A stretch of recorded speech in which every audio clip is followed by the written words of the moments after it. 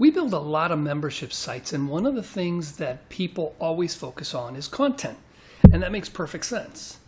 The next thing they'll focus on is technology, and that's really our space. We specialize in building these membership sites. Then, of course, you've got to generate traffic. So you've got to get into sales funnels, lead magnets, all the kind of things that are going to drive you traffic. And one thing I see a lot of people forget or put off or not focus on enough is who's going to the site. How can you tell who's on the site? So there's this invisible man syndrome where you don't know how many people are logging in. You don't know how long people are staying on the site. You don't know which pages people are visiting, which parts of the site are being effective, where are your users engaged, and how are they using your site? Because as important as it is to make the sales and get people there, it's just as important to make sure they stay there, they stick around, and continue in your program, hopefully very satisfied with the content that you're providing them. Years ago, I went to a Memberium summit, and there was a speaker who was talking about the traffic that they got at a very large membership program. And what they were seeing is that they had a completion rate of somewhere like around 20%. It was relatively low. And so they started looking at their numbers, and looking at their logins was extremely important.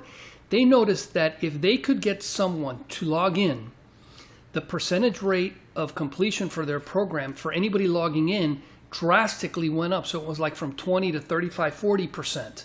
And all they needed to do was to get that person to log in, because once they log in, they could appreciate the content. They could see how easy the site was to use. They could realize that the site wasn't overwhelming.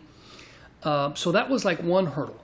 Now, the next thing that they focused on was people completing one of their 10-part program. So they really struggled with this because they couldn't get people to finish the first course. So here's what they did. They hired an intern, and the intern's job was to reach out to everyone who had not finished chapter 1 or part 1 within the first like 2 weeks or a month. I'm not sure exactly what the duration was.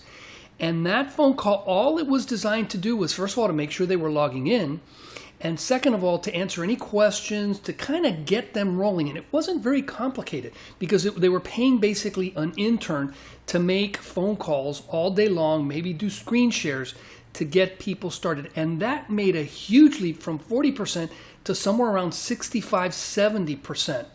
So these little steps that you can take to get people to specific milestones can make a massive difference in people's ability to consume your information, learn from your content, and then not only complete it, but be satisfied with completing your program, which means they're a good testimonial, they're a good referral source, they're a good person to tell other people about your program.